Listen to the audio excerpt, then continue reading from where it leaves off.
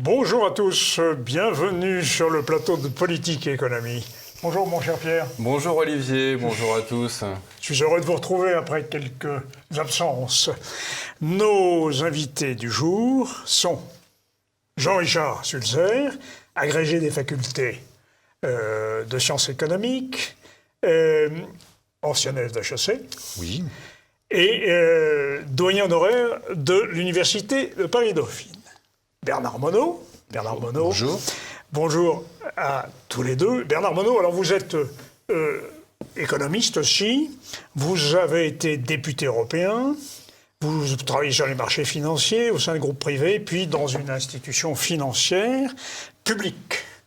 Alors, messieurs, nos téléspectateurs ont déjà deviné que nous allons parler, évidemment, de la question économique contemporaine, et nous allons, c'est important, n'est-ce pas, Pierre, nous sommes convenus qu'il fallait consacrer 2 émissions à la question. Première partie, nous traiterons du bilan économique de M. Macron. Bilan bien mince que vous aurez l'occasion de nous exposer. Et en même temps, évidemment, nous verrons les propositions du même président réélu en matière économique.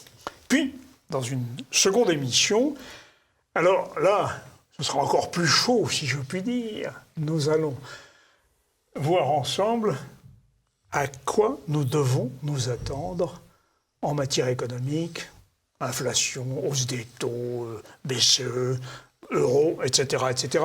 Il y a, hélas, matière. Et, bien sûr, les conséquences économiques et sociales de ce que va nous faire M. Macron. Et pour conclure cette introduction, si je puis dire, on se demande d'ailleurs comment le président Macron est si empressé de prendre le pouvoir, eu égard à ce qu'il va rencontrer comme difficulté. La première question, c'est Pierre qui va vous la poser. Messieurs, première question d'ordre général. Qu'est-ce que vous diriez l'un et l'autre aux Français qui ont voté pour Emmanuel Macron en se disant que le bilan économique du quinquennat qui vient de s'achever est positif? Ah ben ça va être bref. Qu'est-ce qu'il faut dire aux électeurs de Macron? Bah écoutez, vous avez mal lu les statistiques de l'INSEE, vous avez mal lu éventuellement le bilan de M. Macron, tout le monde peut se tromper, mais maintenant, sauf contre ordre, vous l'avez pour 5 ans. Alors, en quoi se sont-ils trompés? Ils ont été trompés. Ah, ils ont été trompés. Mais il faut dire aussi quand même qu'il y a eu un bourrage de crâne sur des concepts comme, j'en prends un au hasard, la Startup Nation. Alors, Macron voulait une nation faite de jeunes pousses, de start-up. C'est formidable. Mais pendant ce temps-là, évidemment, la France a connu une désertification industrielle qui s'est poursuivie. Ce qui fait qu'à la fin de son premier quinquennat, eh ben, il ne reste plus que des start-up. On n'avait pas compris ça. Nous, on avait compris qu'il y aurait des start-up et l'industrie traditionnelle. Eh ben non. L'industrie traditionnelle, elle part à l'étranger, elle passe sous capitaux étrangers, mais je pense qu'on aura l'occasion d'y revenir, parce que certains de nos pans industriels ont été bradés, et par conséquent, bientôt, il ne restera plus que des start-up, c'est-à-dire des mono-entreprises individuelles, des PME à la vie parfois aléatoire et parfois un peu brève. Ce qu'on appelle l'ubérisation de notre économie, c'est Absolument. ça? Absolument. Des sociétés qui vivotent quelques années et qui, pour la plupart, disparaissent au bout de 2-3 ans. L'espérance de vie d'une start-up est de 3 ans.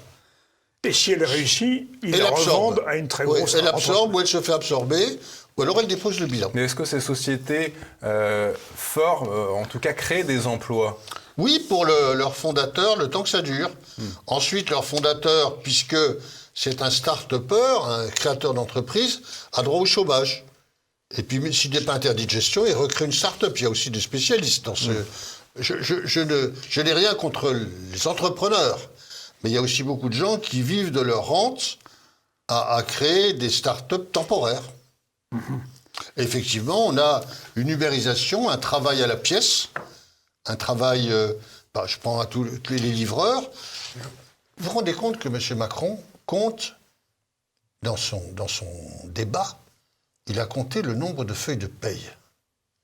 Mais il y a beaucoup d'auto-entrepreneurs qui se rémunèrent eux-mêmes et qui ne gagnent pas le SMIC. Bien sûr. Il y a beaucoup de gens qui sont à temps partiel.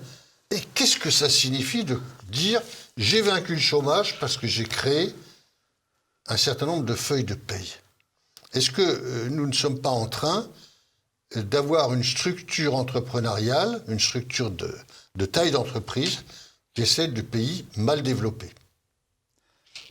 J'en resterai là pour le moment, mais pour dire que nous avons quand même vécu, disons, un quinquennat fait de faux semblants. Alors, peut-être autre notion reposant un peu sur un faux semblant, il en a été beaucoup question lors de cette campagne. Marine Le Pen s'est beaucoup appuyée là-dessus, c'est le pouvoir d'achat. Est-ce que, en 5 ans, les Français ont gagné du pouvoir d'achat? Comme le dit Bruno Le Maire, le pouvoir d'achat des Français a été maintenu, il a même été augmenté en 2021. Emmanuel Macron le dit, le pouvoir d'achat a continué à progresser en moyenne. Oui, ben c'est le ratio produit intérieur brut déflaté par population. Ça n'est pas totalement faux. Mais évidemment, en même temps que la moyenne montait, les écarts types se sont creusés, c'est-à-dire les inégalités de pouvoir d'achat considérables. Une partie de la France a été complètement laissée de côté par le train fou de la Macronie.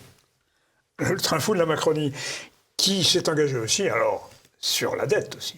C'est quand même Écoutez, on balaye tout, mais je trouve qu'il vaudrait mieux prendre les problèmes les uns après les autres.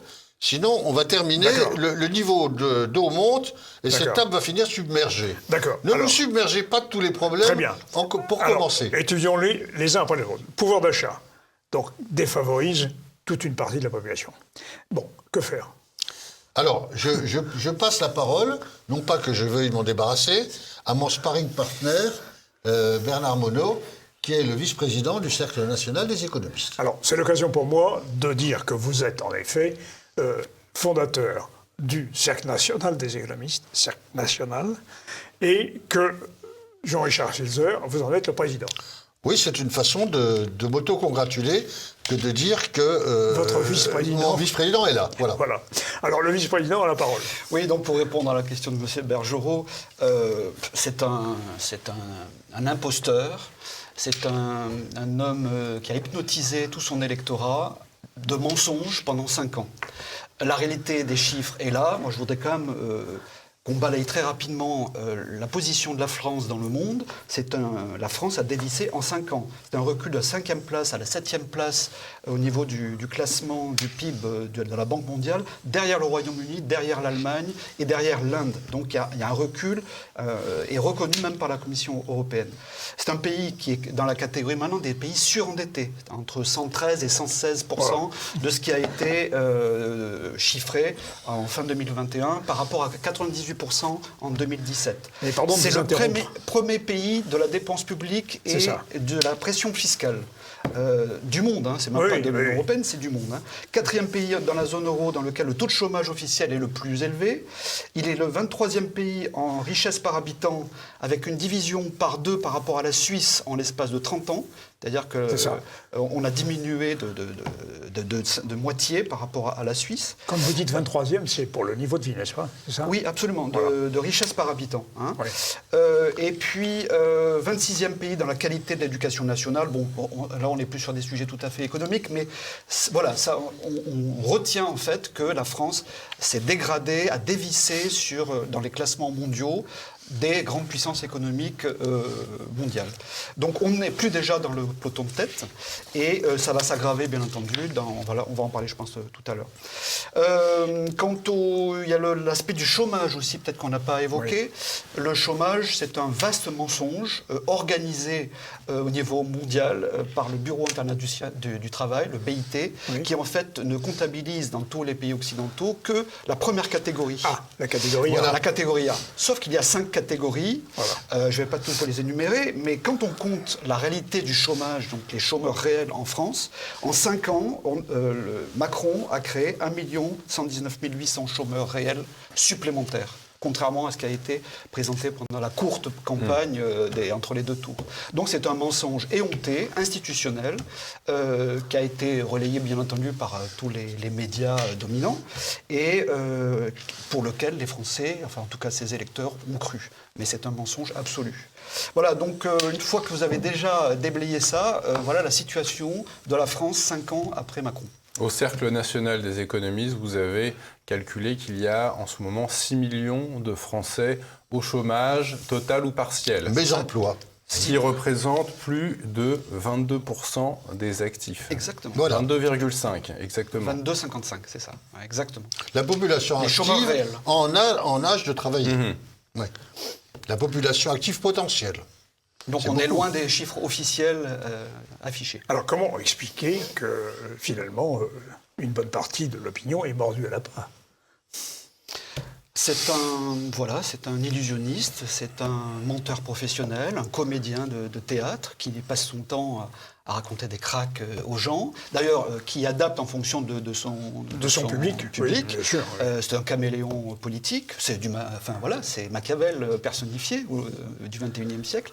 Et donc, quand vous anesthésiez les gens et que les gens sont plutôt orientés à le croire, ben voilà ce que ça donne. Donc, Quand vous entendez Bruno Le Maire dire le rebond spectaculaire de la croissance pour l'année 2021 efface la crise économique et prouve que la politique du gouvernement est efficace. Écoutez, après une pandémie où tout le monde a dû rester chez soi, où la productivité de la population s'est effondrée, il ne manquerait plus que ça, qu'il n'y ait pas de rebond en 2021 et 2022. On serait temps de dire heureusement. À ce moment-là, nous étions consignés à nos domiciles. financé par 8% de Oui, déficit l'année c'est précédente. ça. Hein, Oui, c'est c'est ça. ça. Oui. Donc 8 pour créer en fait 6 ou 5. Hein, Et les oui. prêts garantis par l'État, absolument. Mais- La PGE. vont-ils être remboursés? Ah ben, on arrive aux échéances et il est déjà question de les reporter. reporter. Voilà. Qu'est-ce qui se passe? Mais ça, on l'a déjà vu dans les périodes de crédit facile. En réalité, on continue à financer des zombies, des zombies, entreprises zombies. On disait avant, pour cadavres boiteux. les banques, des cadavres en smoking Oui. ou des cadavres en col blanc. Et là, on continue à financer des boîtes qui auraient peut-être, du fait du taux de renouvellement, c'est la destruction créatrice, déjà déposé le bilan. Et là, elles vivent de la rente du prêt. C'est ça. Et ceci ne va pas durer indéfiniment. Et quand on arrivera au bout du bout, il faudra bien rembourser, parce qu'il faudra bien aussi, mais ça on y viendra, que la France, la Maison France, privée et publique, rembourse sa dette. Sinon, nous allons nous trouver, comme dans l'Antiquité, en esclavage pour dette. Mais nous y reviendrons.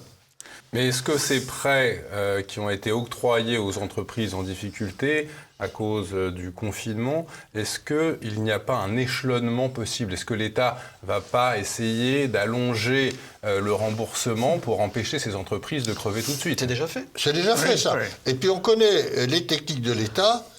Comme par hasard, évidemment, lorsqu'une entreprise est en difficulté, on oublie de lui demander les cotisations de l'URSSAF. Le fisc se fait tout doux, mais surtout l'URSSAF.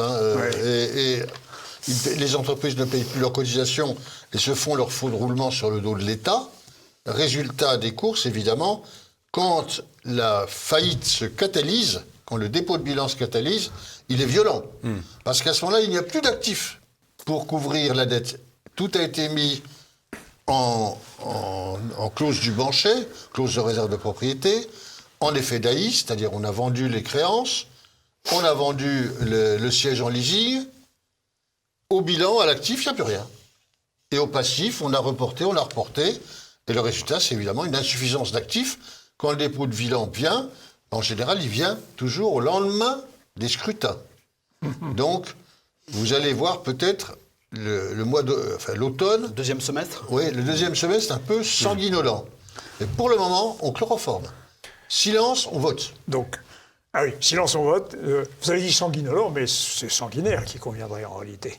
On verra, ou saignant. Saignant, voilà. Alors, l'État ne veut pas recouvrer tout de suite ses dettes, Mais il continue de creuser ses déficits quand même. C'est ça le problème. C'est qu'à un moment, donc comme vous le dites, il va falloir payer. Et puis la signature de la France, c'est étonnant d'ailleurs, la signature de la France ne se dégrade pas. Comment se fait-il? Étonnamment, on ne parle plus de notation financière. Alors, en effet, le cas les triple auparavant. A, oui. Oui. On entendait tous les ans, tous les trimestres, des notations de tel pays, tel pays. Quand on voulait l'enfoncer d'ailleurs, on le dégradait, en passant de 2A à 2A-, etc. On a connu ça sous Sarkozy déjà. Oui. Mais, alors, bien entendu, quand on dégrade la notation financière d'un pays, les taux d'emprunt sur les marchés augmentent. Voilà. Oui. Mais comme la Banque Centrale Européenne, tout comme la Réserve fédérale américaine, pilote les taux et pilote la création monétaire maintenant depuis la crise de 2008, ça fait à peu près 13 ans, eh bien, on a vu un effondrement des taux nominaux des emprunts obligataires aux États-Unis, dans l'Union européenne, dans la zone euro, donc en France, c'est les OAT à 10 ans. On est passé en taux d'intérêt négatif, c'est quand même ça. Rien que ça devrait choquer même le commun des mortels, je dirais, qui ne connaît pas l'économie, enfin les fondements de l'économie. C'est-à-dire comment, dans un régime capitaliste, on se retrouve avec des taux d'intérêt négatifs, alors que c'est la construction même du capitalisme, c'est de rémunérer le risque. Bon. Oui. Donc c'est la négation du capitalisme. D'ailleurs, on est en train d'assister au crépuscule du capitalisme. Hein, tel que alors, du capitalisme ou d'un capitalisme? Du régime capitaliste. Je ne dirais pas ça. Du régime capitaliste. Je ne crois pas. J'assume. Alors, du capitalisme de connivence. Lequel? Du système capitaliste adossé au système monétaire international, voilà. au SMI. Ah oui. Là, on est d'accord. Non, parce que là où Jean-Richard Sulzer a raison, c'est que les banques centrales soutiennent le système bancaire de la zone euro, au niveau national, alors même que l'ensemble des capitalisations boursières depuis 13 ans, notamment dans la zone euro, mais en particulier en France, ont été divisées par ont perdu entre 80 et 90% de la capitalisation boursière par rapport à 2008. Donc ça veut bien dire que les fonds propres, le capital dans les banques n'est pas suffisant. Et donc, si on pousse ce raisonnement jusqu'au bout, je vais même jusqu'à dire qu'il y a un capital, des capitaux propres négatifs à l'heure actuelle, dont je vous parle, en France et dans la zone euro. Donc tout le système est insolvable au niveau du système bancaire national. C'est d'ailleurs même pour ça qu'ils ont créé un filet de sécurité qui est l'Union. J'invite vos téléspectateurs à se renseigner sur cette directive européenne qui s'appelle l'Union bancaire européenne, qui va autoriser les autorités de la Banque centrale européenne à piocher dans le compte bancaire des clients. Oui. Le jour où il y a un défaut d'une banque. Voilà, exactement. Oui. Ça, c'était le test de laboratoire. Alors, il y a une question qui se pose. Attendez. Depuis 2016, c'est mis en place. Attendez, je ne pense pas que le capitalisme soit fissuré à ce point. D'ailleurs, ce qui m'a beaucoup frappé, c'est que personne parmi les candidats crédibles n'a remis en cause l'économie de marché durant la campagne présidentielle. Personne n'a dit on va tout nationaliser, on va peut-être faire des nationalisations ciblées, mais il est hors de question de tout socialiser. Ce qui est en cause, ce n'est pas le capitalisme globalement, ce qui est en cause, c'est notre système monétaire, et nous allons assister, à force d'irriguer et d'inonder de systèmes de fausses monnaies. La mauvaise monnaie chasse la bonne, on le sait, c'est la loi de Gresham. À force donc d'inonder de monnaie de papier, on va avoir droit, scriptural, disons, on va avoir droit probablement à une fuite devant les monnaies. Et on assiste probablement à une fin du dollar, à une fin de l'étalon dollar. Ça, nous en avons parlé. Mais que le système monétaire soit en train de partir de la caisse, oui. Que le capitalisme soit condamné à court terme, non. Ce seront probablement d'autres puissances économiques et d'autres monnaies qui vont se substituer parce que nous avons noyé le système monétaire sous une avalanche de fausses monnaies. Voilà. Peut-être également sur le bilan du quinquennat qui vient de s'écouler, continuer sur les sanctions qui ont été prononcées à l'encontre de la Russie. J'ai entendu l'autre jour le ministre de l'économie dire « Les sanctions contre la Russie peuvent avoir un impact sur quelques entreprises, mais les ménages français n'ont pas d'inquiétude à avoir. » On peut toujours le dire. Oui. On peut toujours le dire. Non, moi, mon analyse géopolitique est couplée avec l'approche économique. C'est que nous assistons à la fin du système monétaire international tel que nous avons connu depuis 1945, depuis 1971. Nous vivons la fin d'une ère. Oui. Nous basculons dans un nouveau système où les BRICS, ce qu'on appelle Brésil, Russie, Inde, Chine et les autres pays d'Eurasie, on va dire, d'Asie du Sud-Est, avec notamment l'ASEAN, sont en train de former un bloc qui va faire contrepoids par rapport à l'Occident basé sur le système monétaire international. D'où ce conflit en Ukraine qui est l'affrontement de ces deux blocs, comme ça a été déjà le cas en Syrie il y a 7 ou 8 ans, où ces deux blocs sont en train de s'affronter, l'un sous couvert de l'OTAN, qui a provoqué depuis 8 ans la Russie jusqu'à ce qu'elle réagisse. Et donc, et les USA ne supportent pas, comme ça a été déjà le cas avec l'Irak, avec la Libye, Saddam Hussein, Kadhafi, etc. Chaque fois que vous touchez au dollar, c'est une déclaration de guerre contre les États-Unis, qui se sont arrogé le privilège exorbitant du dollar depuis 1945 et qu'ils l'ont imposé comme monnaie de réserve internationale. Voilà. Donc nous assistons, c'est historique, à la fin de cette ère-là. Et donc ça ne va pas se faire dans la douceur, ça va se faire dans la douleur. Alors, je ne suis pas d'accord là-dessus avec Bernard Monod. Mais juste pour terminer, cette dédollarisation qui est en train de se passer est justement l'une des raisons du conflit en Ukraine. Alors, sûrement. Mais il faut que nous résolvions le désaccord et que nous rappelions que nous étions sur le bilan de M. Macron et que tout ceci, bien sûr, nous éloigne un peu de son bilan, mais ça se tient, d'autant qu'il fait partie des va-t-en-guerre. Oui, je ne crois pas du tout qu'il va y avoir un effondrement soudain de la zone dollar. Nous allons assister, mais cela a déjà commencé, et là-dessus je suis d'accord avec Bernard Monod, à un renforcement progressif, un remplacement progressif des dollars en tant que monnaie de réserve par des monnaies tierces ou par des métaux précieux. Mais cela va se faire progressivement et c'est ce qui va y avoir, c'est une fuite devant la monnaie dollar. C'est tout. Les choses vont s'effondrer. Oui, mais lentement, voilà. Mais un peu comme le conflit entre le dollar et la livre dans les années 20 et 30, où on a vu, ça n'a pas été un effondrement brutal, on a vu progressivement le dollar prendre l'avantage et évidemment en 1945 s'affirmer fortement. Mais ce n'est pas nouveau, c'est un phénomène depuis la création de l'euro il y a 22 ans, qui est visible si vous comparez la valeur de l'euro par rapport à l'once d'or.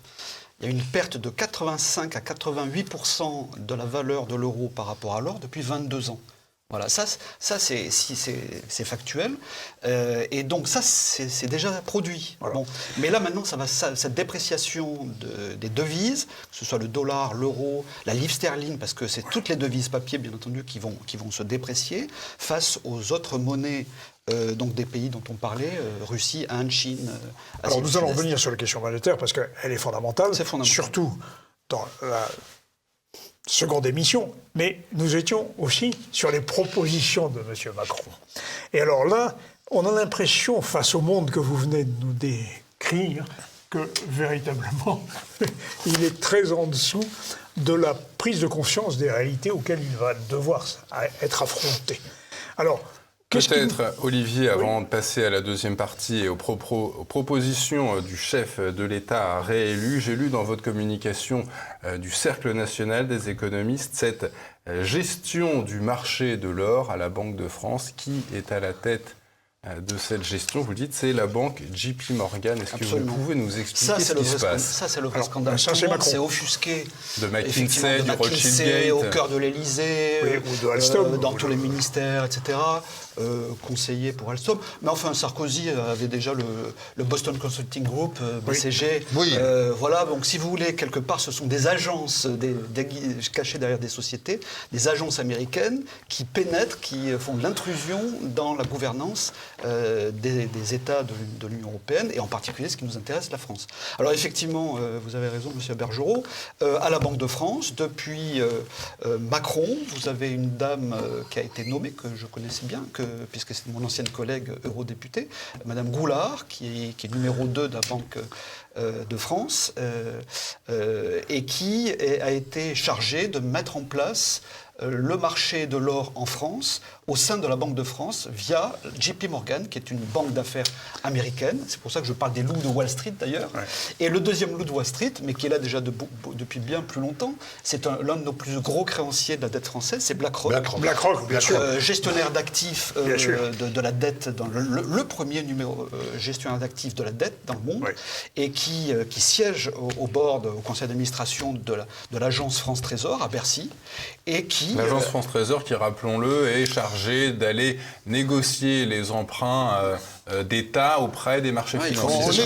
Il faut les dealers. Et il faut les dealers. En tout cas, ils émettent au nom de la France, ils conseillent pour l'émission. Bien entendu, vous pensez bien qu'au passage, ils ont des intérêts. Bien sûr.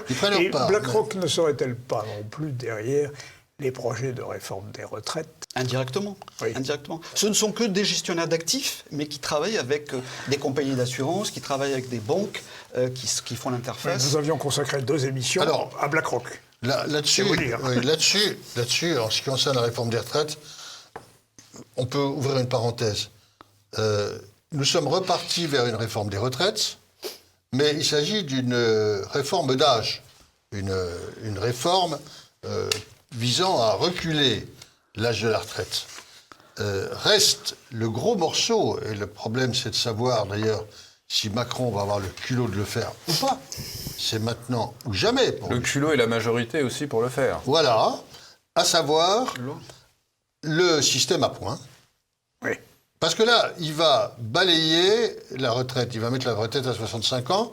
C'est une borne d'âge pour équilibrer le régime, soi-disant. C'est surtout pour équilibrer les finances publiques. Oui. Parce que le régime lui-même tend à s'équilibrer. Mais ce que vous mettez en évidence, M. Bergerot, c'est une possible privatisation de l'assurance vieillesse. Et pour cela, il faut un système de capitalisation. Il faut un système de points. Et là, effectivement, on offre aux entreprises de retraite, au fonds de pension de retraite français et autres, un terrain de chasse magnifique. Alors, avec le risque de dépréciation de la valeur du point. Ouais, c'est ça qui nous permet. Évidemment. Quand tout ira mal, on vous expliquera que pour votre bien, on divise par 2 ou par 3 la valeur du point. Absolument. Et c'est une manière de décote des pensions gigantesque. Alors nous allons faire une petite pause et nous allons reprendre, justement, car nous sommes déjà sur les propositions de M. Macron pour les mois et les années à venir. Ah bon, vous avez vu des propositions, vous? Non, propositions... Enfin, ce qu'on appelle des propositions et qui est des promesses. C'est là, c'est étonnant. Voilà. Alors là, bon, c'est ceci. On n'oserait pas présenter ça à une cantonale. Nous tous. C'est d'une vacuité phénoménale. Allez, on laisse aux spectateurs le soin de s'y reporter. Voilà, bien sûr. Et puis, on leur regarde la surprise à la reprise. Voilà.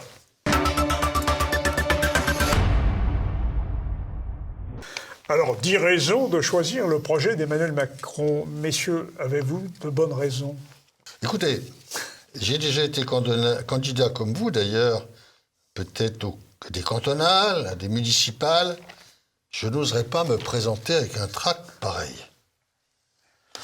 Alors, pour mieux vivre par l'écologie, une voiture électrique à louer pour moins de 100 € par mois, pour en finir avec les pleins d'essence si chers. Je continue. Pour protéger nos enfants, c'est le point 7. Contrôle parental automatique pour les appareils électroniques. Lutte contre le harcèlement scolaire. Même au municipal, vous tiriez quand même un candidat. Vous visez un peu bas. Mais en 2017, il nous avait fait l'écart Macron, quand même. Non, mais quand il était ministre de l'économie, même. L'écart Macron. Oui. En effet. Un autocariste. Oui, mais enfin, là quand même... je veux dire, c'est du conjoncturel. Enfin, c'est pas possible. Alors, la question, c'est de savoir, et je voudrais rebondir là-dessus, si M. Macron a ou non un programme masqué. Est-ce qu'il a ou non un plan secret? Et si oui, lequel? Parce que pour le moment, ce qu'il nous a promis, bon, la retraite, travailler plus pour gagner moins, travailler plus longtemps pour gagner moins, on va sauver vos retraites, mais vous n'en profiterez pas. Bref, le RSA, excusez-moi, je reprends une expression grossière, salaud de pauvre, si tu veux de l'argent public, il faudra travailler. Bref, son programme, d'ailleurs il a vite fait demi-tour, était vraiment imbuvable. Mais là, y a-t-il ou non un programme masqué, un programme européiste? Est-ce qu'il va nous chanter encore l'hymne à la joie? Oui. Mais il y a quand même une proposition intéressante. Là, pour lutter contre la pauvreté, le retour du plein emploi. Autrement dit, pour lutter contre le chômage, le plein emploi. C'est quand même... Oui, mais plein d'emplois, si c'est en catégorie A du BIT, on peut toujours le manipuler, créer des emplois fictifs avec des contrats d'apprentissage, etc. Enfin, tout ça, c'est de l'économie de service. On voit bien ce que ça a donné depuis 30 ans, avec la désindustrialisation massive du pays. On a perdu des emplois industriels. On a divisé par 3 depuis 1950 le nombre d'emplois industriels, sachant que ça draine derrière 2 à 3 emplois marchands. Oui. Voilà. Je ne parle même pas des emplois de fonctionnaires. Non, mais en parlant de fonctionnaires, simplement, le plan, il n'est même pas caché, il est ouvert. Et d'ailleurs, ils ont un sacré cynisme avec sa comparse que moi je qualifie de la véritable présidente de la République française. C'est madame, que les gens retiennent bien, c'est Ursula von der Leyen. Oui, c'est elle la présidente de la Commission. Je pensais que vous parliez Christine Lagarde. Oui, c'est elle la présidente. Non, alors là, on est mal parti. Hein. Oui, mais c'est la présidente de la Commission européenne qui dicte ce que doit faire Macron. Ouais. Et je prends l'exemple du 23 juin de l'année dernière, quand elle est venue lui apporter son premier versement du plan européen, comment s'appelait-il, de relance européen, que nous finançons à hauteur de 100 milliards pour être remboursé à hauteur de 40 milliards. Vous voyez, ça c'est une bonne négociation. Sans compter qu'au passage, nous avons perdu la souveraineté d'émissions budgétaires qu'on a confiées de manière historique à la Commission européenne, c'est-à-dire nous avons arrogé la souveraineté budgétaire à l'Union européenne que nous avons jamais eu, enfin que nous avions eu depuis toute l'histoire de France. Hein. Donc tout ça pour dire que il est aux ordres donc de Madame Ursula von der Leyen et qui, en contrepartie de ce premier versement du plan de relance européen, a exigé le pass vaccinal. Le pass sanitaire d'abord, puis le pass vaccinal en fin d'année.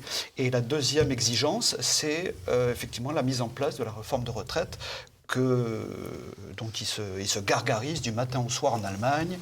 Quand vous êtes au Parlement européen, vous n'entendez parler que de ça. Les réformes structurelles. Moi, j'ai entendu pendant 5 ans, je n'ai entendu que ça en provenance de l'Allemagne et de tous les dirigeants de l'Union européenne. Voilà. Il faut faire des réformes structurelles, en particulier en France. Voilà. Parce que nous avons un système de protection sociale qui est extrêmement avantageux, que nous avons hérité de 1945, mais qui est en train de se disloquer dans le magma euromondialiste. Donc c'est ça que n'ont pas compris les électeurs de Macron, c'est qu'ils vont perdre leur liberté, leur indépendance définitivement. Ils ont voté pour Mme von der Leyen, qui elle-même n'est pas élue. Et sans le savoir. Sans le savoir. Mais vous évoquiez Christine Lagarde, qui est un peu la patronne aussi. Oui, aussi, oui. Alors, oui, c'est la gardienne de notre temple monétaire, et c'est elle qui, effectivement, nous précipite, probablement, parce qu'un jour ou l'autre, elle va faire la police contre notre endettement, c'est elle qui nous précipitera dans l'esclavage pour dette, en nous disant, maintenant, il va falloir que vous résorbiez vos déficits et votre dette. Nous avons fait le calcul.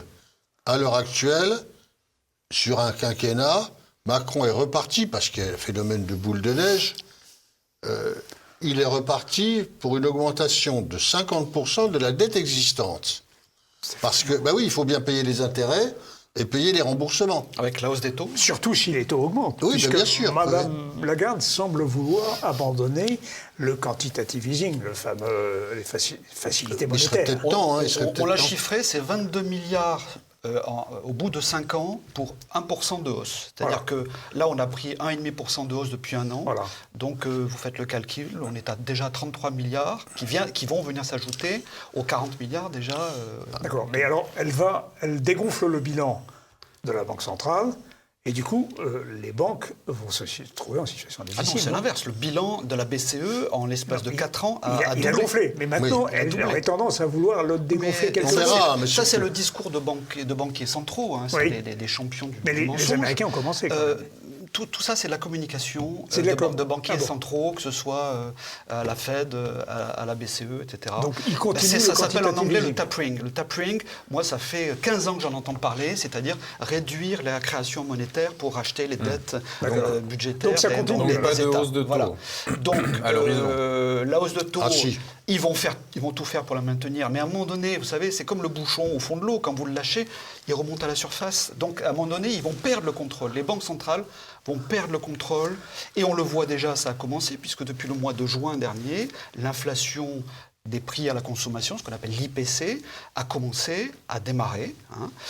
C'est le début du commencement d'une vague d'inflation, mais qui est occidentale en fait. Oui, bien sûr. Et qui est en train, c'est la justification de ce qu'on disait juste auparavant, de la dépréciation du dollar, de l'euro, de la livre sterling, de toutes les Donc, elle n'est pas toutes les devises. conjoncturelle, elle est structurelle. Elle est structurelle maintenant. Voilà. Ah oui. On est au bout du bout. On est en train de changer de système avec effondrement progressif du système monétaire international basé sur le dollar. On est en train de revenir, d'ailleurs, dans la hiérarchie des taux, à des taux qui vont se normaliser, mais qui seront intolérables Eu pour égard à les la dette. économies occidentales, eu égard à leur dette. Ah oui. Bien sûr. Bien sûr. aux États-Unis- Mais si vous voulez, il ne faut pas vous faire d'illusions. Et là-dessus, j'ai une petite divergence d'appréciation avec Bernard Monod. Les taux d'intérêt à long terme, ça ne se gouverne pas. Il y a un moment donné où vous avez beau inonder les marchés avec de la monnaie de singe. C'est ce que je disais. Hein. Oui, oui, Les non, non, mais- taux oui, nominaux à en 10 effet. ans ont augmenté de 1,5%. Non, non, mais d'accord, mais depuis un attends, an. ça ne fait que Ouais. commencer. Ça fait que commencer. Ce que je veux dire, c'est que ça ne fait que commencer. Historiquement, la préférence pour la liquidité, je reste désespérément keynésien, c'est 3% Ouais. plus le taux d'inflation. Ah ben c'est ça, hein, c'est ce qu'on m'a toujours enseigné. Alors, tout le reste, c'est, excusez-moi, de la poudre de perlimpinpin, pour reprendre une expression en vogue. C'est-à-dire que ça ne peut pas durer. C'est ce qu'exige le marché. Sinon, vous dépensez. Ouais. Mais il y a un risque d'illiquidité. Vous prêtez, mais vous n'êtes pas sûr d'être encore là au bout de votre prêt. Parce que, comme l'a dit Keynes, à moyen terme, Nous sommes serons tous morts. Et donc, il y a pratiquement des taux incompressibles à 3%. La France continue à emprunter à des taux assez favorables, mais il faut que vous sachiez que Macron s'en sort en empruntant à des taux dégradés. C'est-à-dire, on a longtemps regardé ça longuement avec Bernard Monod.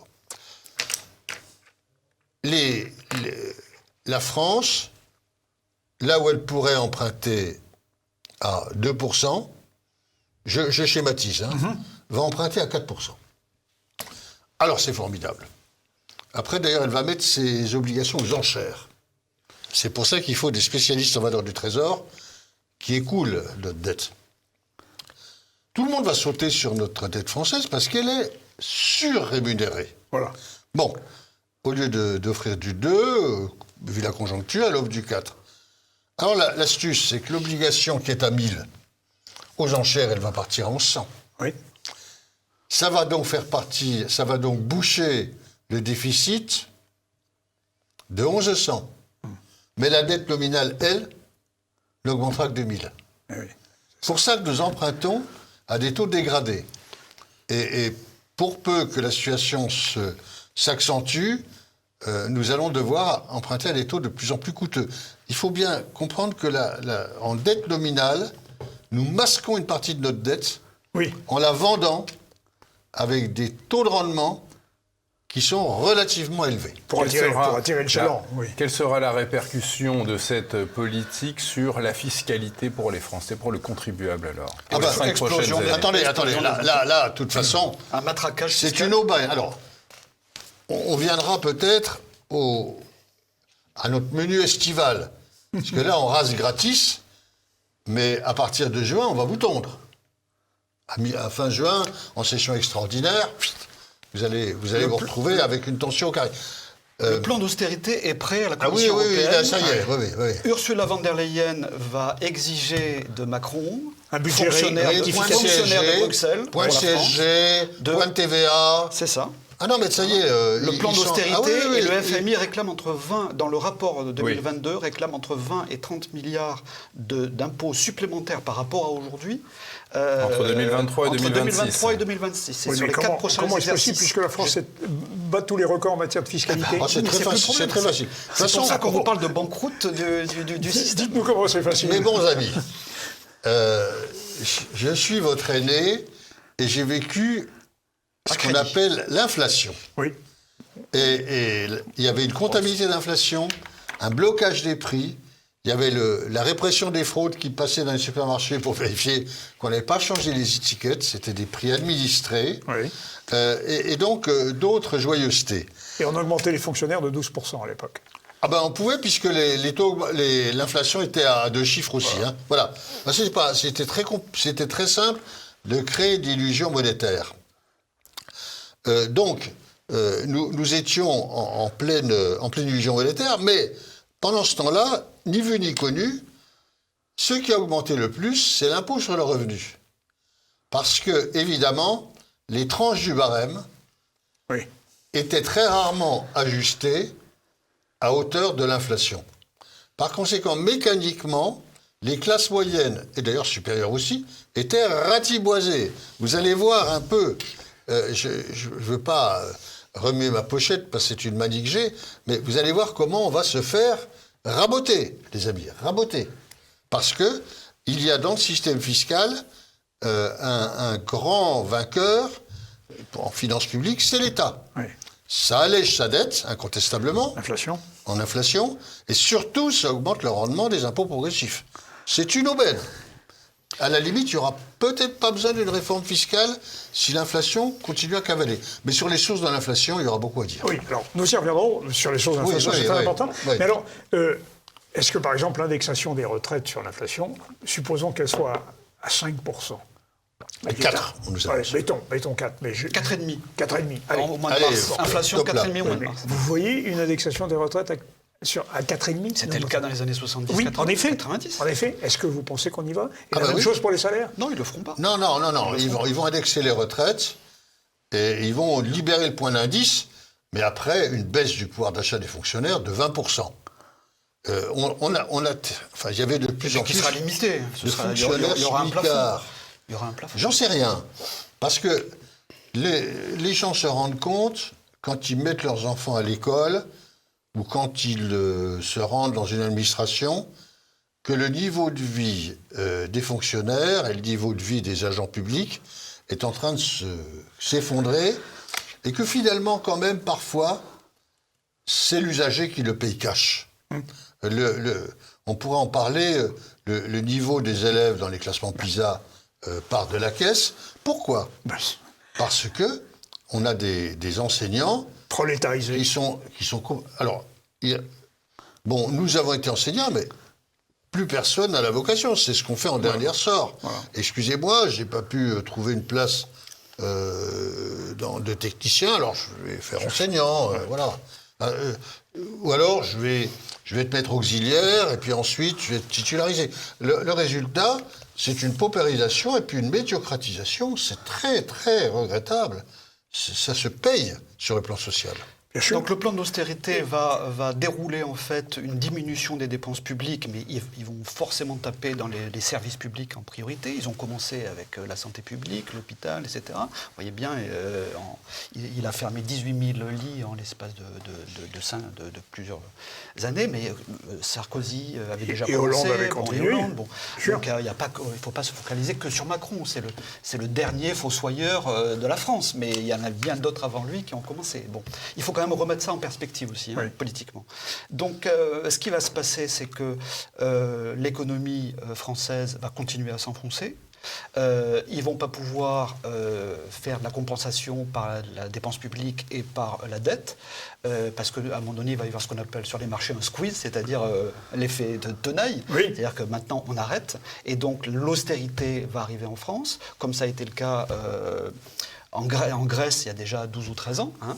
Et donc, nous allons connaître un début nous sommes déjà en stagflation, hein, c'est-à-dire une croissance relativement atone, faible, voilà, avec de même si l'inflation. elle est gonflée artificiellement à l'hélium. Stagnation dans l'inflation. Et avec de l'inflation. On est Voilà. en stagflation déjà. On y est, oui. Et on va passer, ce que je considère moi, à un stade de récessflation, c'est-à-dire récession-flation, en se projetant à 2-3 ans. Voilà.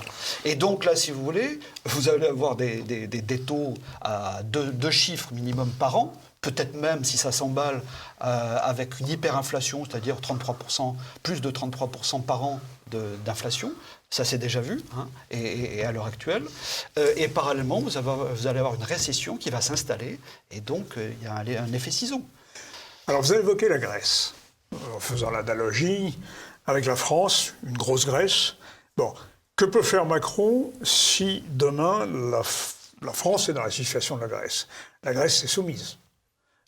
Mais lui, il fera rien. Il fera rien. Il ne fera qu'exécuter ce que lui diront les organismes de tutelle internationaux, que sont le FMI, que sont la Banque Centrale Européenne et que sont l'Union Européenne, ce qu'on appelle la Troïka. C'est La fameuse Troïka en Grèce. C'est ce qui s'est passé en Grèce. Qui a fait se coucher Et il y a monsieur la Troïka Tsipras. mondiale, c'est le FMI, c'est l'ONU et c'est l'OMS. Oui. Hein, Ah, c'est l'OMS encore aussi, autre oui. chose. Bon.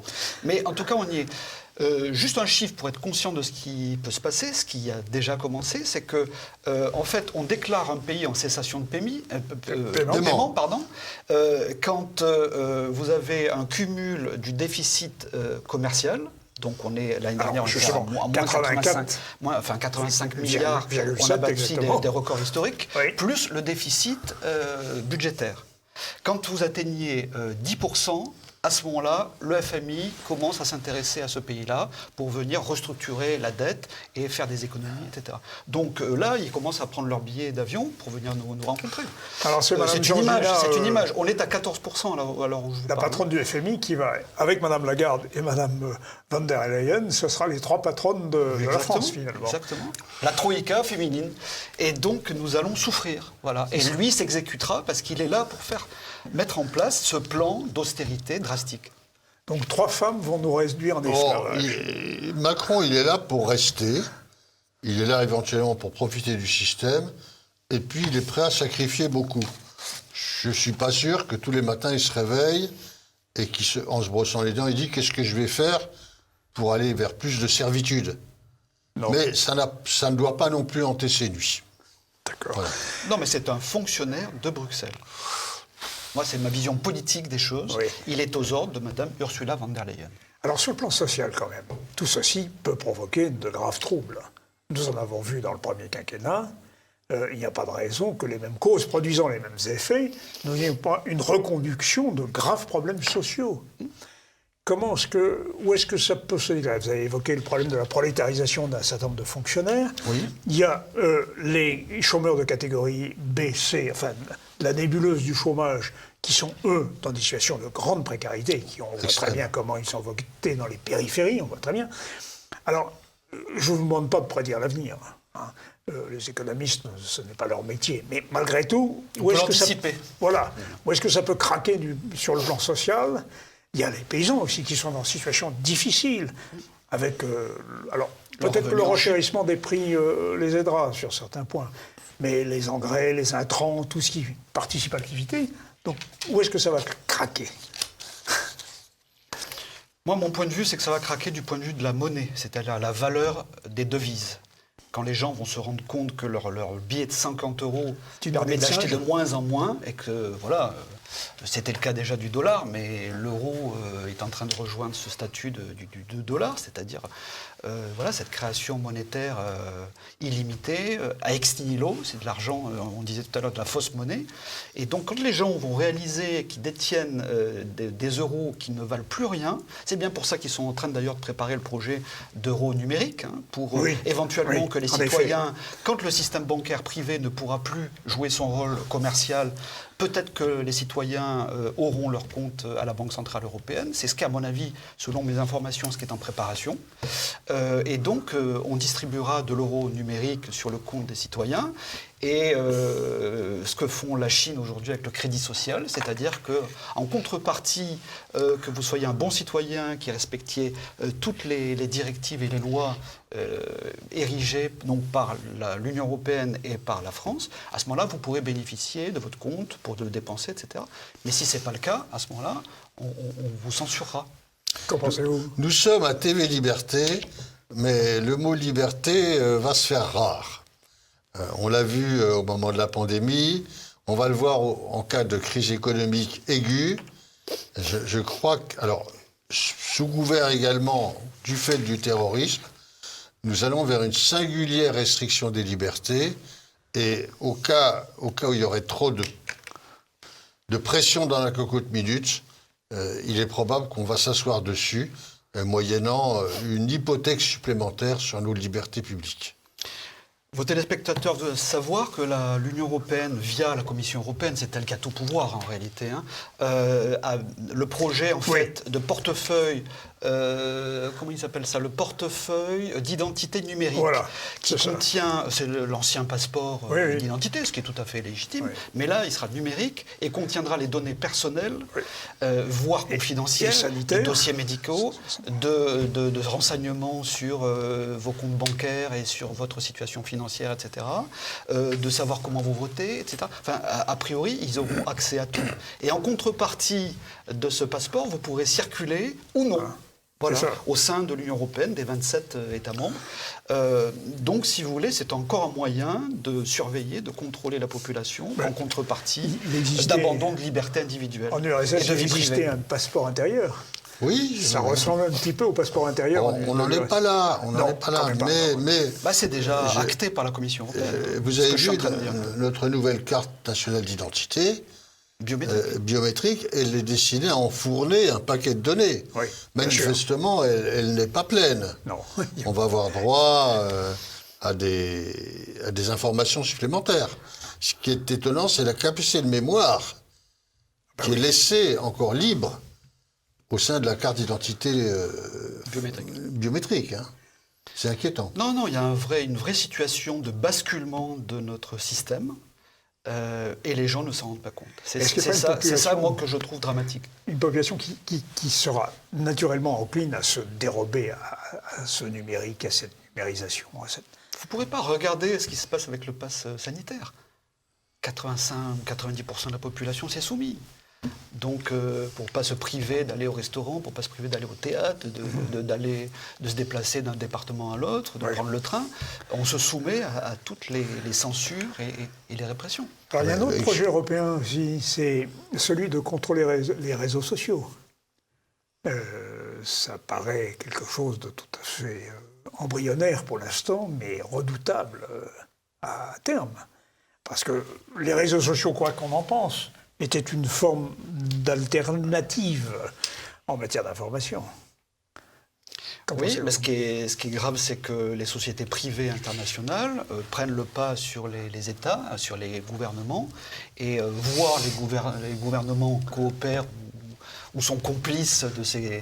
On va les citer, les GAFAM, Google, Amazon, Facebook, Apple, Microsoft, et j'en passe, qui imposent leurs conditions.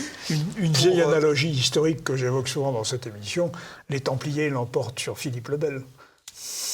Toute chose égale d'ailleurs, pour bien signifier que les États sont considérablement affaiblis. Enfin, au final, c'est Philippe le Bel qui a malheureusement gagné face aux Templiers. Mais non, le problème, c'est ça. Et alors, le pire, et j'en parle, c'est un chapitre entier dans mon livre, ce qui me choque fondamentalement, c'est l'absence de paiement d'impôts sociétés là où ils font du business.